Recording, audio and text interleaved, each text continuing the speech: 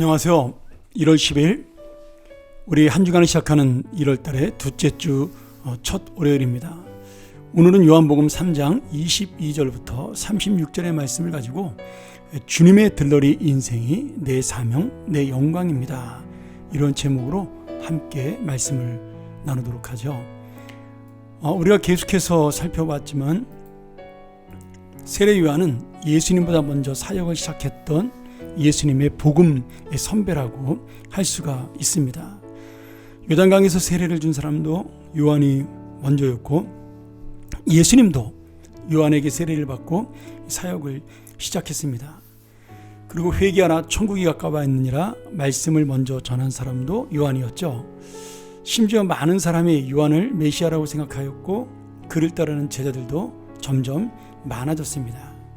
그런데 세례 요한이 예수님을 메시아로 소개한 후 그리고 예수님의 사역이 본격적으로 시작된 다음에 상황이 달라지기 시작을 한 겁니다. 똑같이 하나님 나라에 대한 복음을 전하고 세례를 주는데 예수님을 따르는 사람들이 많아지기 시작을 한 거죠. 심지어 세례 요한을 따르는 제자들 중에도 예수님에게로 가는 사람이 생길 정도로 그렇게 예수님의 인기가 점점 좋아지고 세례 요한은 잊혀져 가기 시작을 했습니다. 이 모습을 보고 세례 요한을 사랑했던 세례 요한의 제자들 가운데 마음에 부담과 불평이 일어나기 시작을 했습니다. 오늘 말씀에 보면 요한의 제자가 한 바리새인과 이야기를 하다가 요한의 세례가 나으냐 예수님의 세례가 나으냐 논쟁을 벌이게 되었고 그 바리새인이 야 봐라 많은 사람이 예수님에게로 가니 그의 세례가 더 좋은 것이 아니냐 이렇게 결론을 내린 겁니다. 이 제자가 이 말에 너무나 화가 나서 자기 스승인 세례 요한을 찾아와서 선생님 어떻게 이럴 수가 있습니까? 많은 사람이 예수님을 쫓아갑니다. 이제 세례 요한 선생님보다 예수님 쫓는 사람이 많으니 참 너무나 안타깝습니다. 이렇게 세례 요한을 사랑하는 마음으로 말씀을 드린 거죠. 그런데 이런 상황 속에서 세례 요한은 질투나 부담을 느끼지 아니하고 오직 예수님을 전하는 사명자의 모습을 잊지 않고 그리고 그 제자와 사람들에게 자신이 어떤 목적을 가지고 사는 사람인가를 분명하게 말씀해주고 있습니다. 3장 29절에 보면 세례 요한은 이렇게 고백을 합니다. 신부를 취하는 자는 신랑이지만 신랑의 음성을 듣는 친구가 크게 기뻐한다. 나는 이러한 기쁨으로 충만하다. 이렇게 고백을 해요. 그러니 지금 예수님께서는 잔치집의 주인공인 신랑이고 자신은 신랑의 둘러리를 서는 친구에 불과한데 자신이 사랑하는 친구가 결혼하는 모습을 보고 이 둘러리를 선 친구가 너무나 기뻐하는 것처럼 나는 오늘 기뻐할 수 있다. 이렇게 고백을 한 거죠. 여러분 아무리 친구가 뛰어나고 잘생기고 그 사회를 잘 보고 이렇게 해도 여러분 그 결혼식의 주인공은 누굽니까? 신랑입니다. 이스라엘에서 특별히 예수님 시대의 신랑의 친구는 굉장히 중요합니다. 그는 중매자로 활동하기도 했고요. 또 신부를 신랑에게로 안전하게 데려다주는 역할도 감당하고 결혼장에서는 신랑의 들러리가 되고 또 그 결혼식을 주관하는 사회도 보는 그런 역할도 감당을 했습니다. 그래서 모든 사람이 그 신랑의 친구를 보고 수고했다고 이야기하고 신랑도 고맙다고 인사를 하지만 다만 이 친구는 그날 주인공은 아니라는 거죠. 오히려 그 결혼식을 돕고 신랑을 돋보이고 신부를 예쁘게 돋보이게 하는 그러한 들러리 역할이 그의 사명이고 목적입니다. 세례 요한은 이러한 사실을 잘 알고 있었기 때문에 내가 신랑이 아니라 신랑의 친구라고 분명하게 고백을 하고 있습니다. 오늘 우리가 이 말씀을 바라보면서 내 인생을 한번 쭉 돌아봤으면 좋겠어요. 여러분 교회 우리가 어떤 사역만이 그런 것은 아닙니다. 내가 인생을 살면서 내 인생의 주인공은 누구인가? 물론 내 인생의 주인공은 나죠. 그러나 나를 주인공으로 세우신 분이 누구인가를 놓치지 않을 때 내가 정말 하나님의 영광을 드러내는 예수 그리스도의 그 삶을 드러내는 들러리로 살 수 있는 그런 더 큰 영광을 얻게 된다는 사실입니다. 사람들이 아무리 나를 존경하고 나를 따라도 여러분, 우리의 사명은 예수님의 영광을 드러내는 것입니다. 내가 아무리 뛰어난 실력을 가지고 있고 능력이 있어도 결국 그 모든 것을 가지고 영광을 드러내고 나타날 수 있는 것은 예수의 복음이라는 거죠.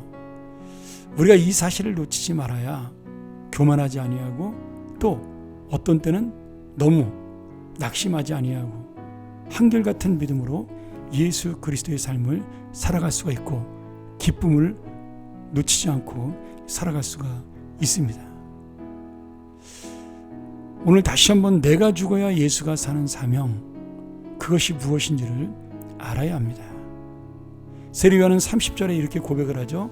그는 흥하여야 하겠고 나는 쇠하여야 하리라. 한번 우리 바꿔놓고 생각을 해볼까요? 예수님은 죽으셨어요. 왕이 되실 분인데 죄인으로 죽으셨습니다. 그리고 우리가 살았고 우리가 하나님의 왕자, 공주가 되는 영광을 얻었습니다. 예수님은 우리를 몸으로 보여주셨죠. 너희가 살아야 하겠고 내가 죽어야 하리라. 너희가 하나님의 영광에 들어가야 하겠고 나는 너희들이 받을 수치한 모욕을 당하여야 하리라. 그리고 예수님은 그 말씀과 약속대로 우리를 위해 죽으셨고 우리는 그 영광을 얻었습니다.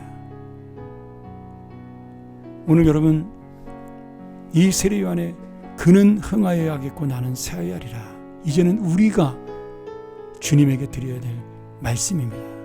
예수님이 죽음으로 우리가 살았고 예수님이 죄인 되심으로 우리가 영광을 얻었기에 이제는 우리가 주님의 그 놀라운 복음과 주님의 영광을 위하여 주님이 나타나야 하겠고 나는 감추어져야 하리라.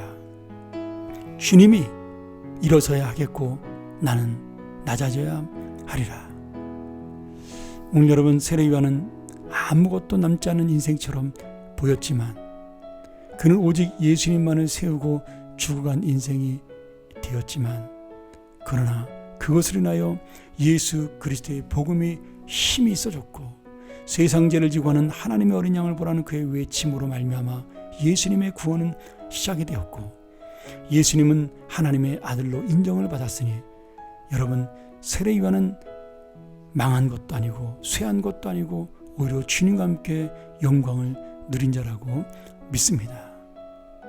오늘 내가 하나님 앞에 정말 죽음으로 예수님께서 사는 인생, 내가 이름 없이 희생해서 교회가 사는 인생, 내가 섬기고 낮아짐으로 다른 영혼이 사는 인생, 바로 그러한 하나님의 인생이 되어 나의 들러리 인생이 더 큰 주의 영광을 드러내는 정말 참되고도 놀라운 인생, 내가 죽고 낮아져 하나님의 성도가 살고 교회가 살고 그리고 이웃이 살고 가정이 살고 이 나라와 이 민족이 살아갈 수 있는 세례요한처럼 예수의 들러리 인생이 가장 큰 영광임을 깨닫고 살아가는 우리 모두가 되기를 주의 이름으로 간절히 축원합니다.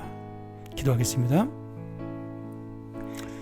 하나님 아버지, 감사합니다. 오늘 우리가 새해를 시작하며 주님을 위해 살겠다라는 결심을 누군들 하지 않았겠습니까? 이 결심이 끝까지 유지될 수 있도록, 변하지 않도록, 시간이 지날수록 더욱더 선명해질 수 있도록 나는 죽고 예수가 사는 인생, 이제는 내가 낮아짐으로 예수가 높아지는 인생, 그 예수님이 걸어왔던 길 나도 따라가는 인생으로 살게 하여 주옵소서. 예수님의 이름으로 간절히 기도합나이다. 아멘. 우리 시간 한 번 더 묵상하며 주 앞에 나아가기를 원합니다. 주여, 예수님이 낮아진 것처럼 나는 낮아지고 예수님이 죽으신 것처럼 나는 죽어져 나로 인하여 예수님처럼 이 세상을 살리고 이 세상의 이웃들을 살리는 하나님의 사람이 되게 하여 주옵소서. 들러리 인생의 영광임을 깨닫게 하여 주옵소서. 함께 묵상하며 나아갑니다.